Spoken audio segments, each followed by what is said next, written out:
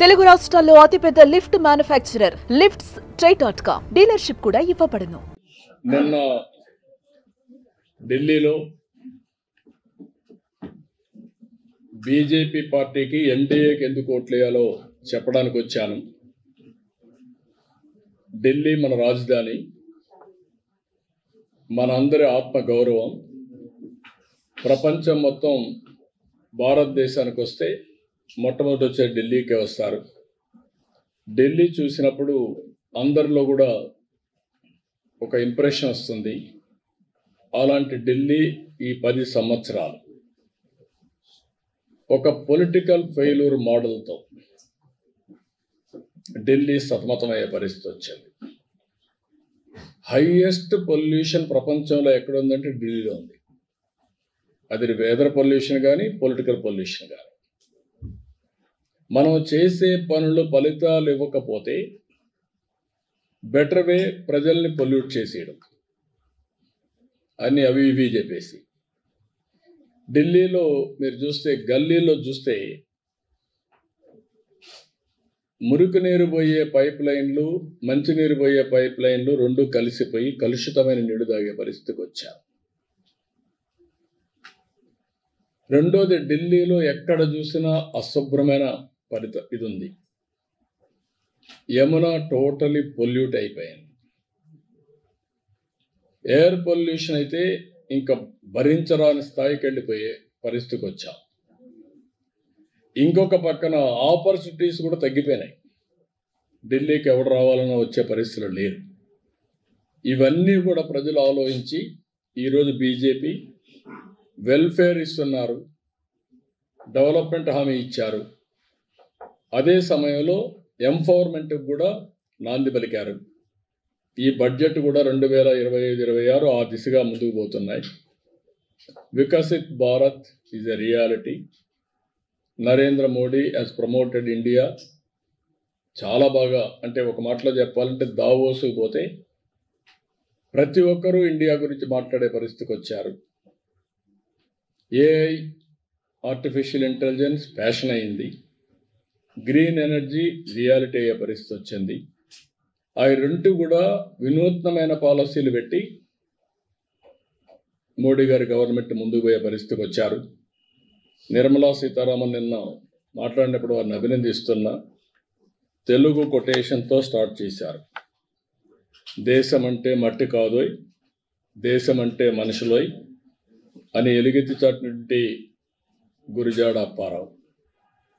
Country అంటే soil కాదు, country అంటే మనుషులు. మనుషుల్ని ఎంపవర్ చేయడం మన బాధ్యత అని చేసి 2047కు అవసరమైన ప్రియారిటీస్ అన్ని కూడా బడ్జెట్లో చెప్పారు. మన రాష్ట్రానికి వస్తే 7 నెలల నుంచి చాలా వరకు పనులన్నీ పెండింగ్ ఉన్న ఇష్యూస్ అన్నీ అయినాయి. దానికి నిధులు కూడా పెట్టారు. అమరావతి కావచ్చు, పోలవరం కావచ్చు, విశాఖపట్నం స్టీల్ ప్లాంట్ కానీ, రైల్వే జోన్ కానీ, ఇండస్ట్రియల్ పార్క్స్ కానీ. అదే మరి ఇంకా ఒక మాటలో చెప్పాలంటే వెంటిలేటర్ పైన ఉన్న రాష్ట్రానికి ఆక్సిజన్ ఇచ్చారు. ఇప్పుడు నిలదొక్కుంటున్నాం. ఇంకా మనము చాలా చేయాల్సిన అవసరం ఉంది. అయితే చేసిన డ్యామేజ్ 20-30 సంవత్సరాలు వెనక్కి వెళ్ళిపోయింది కాబట్టి ఇంకా చాలా శ్రమ పడాలి. ఎసులుబాటు లేని పరిస్థితి వచ్చింది. ఏది ఏమైనా వీఆర్ కాన్ఫిడెంట్. అందుకే నేను చెప్తున్నా, ఈరోజు దేశంలో కూడా చర్చ జరగాల్సిన అవసరం ఉంది.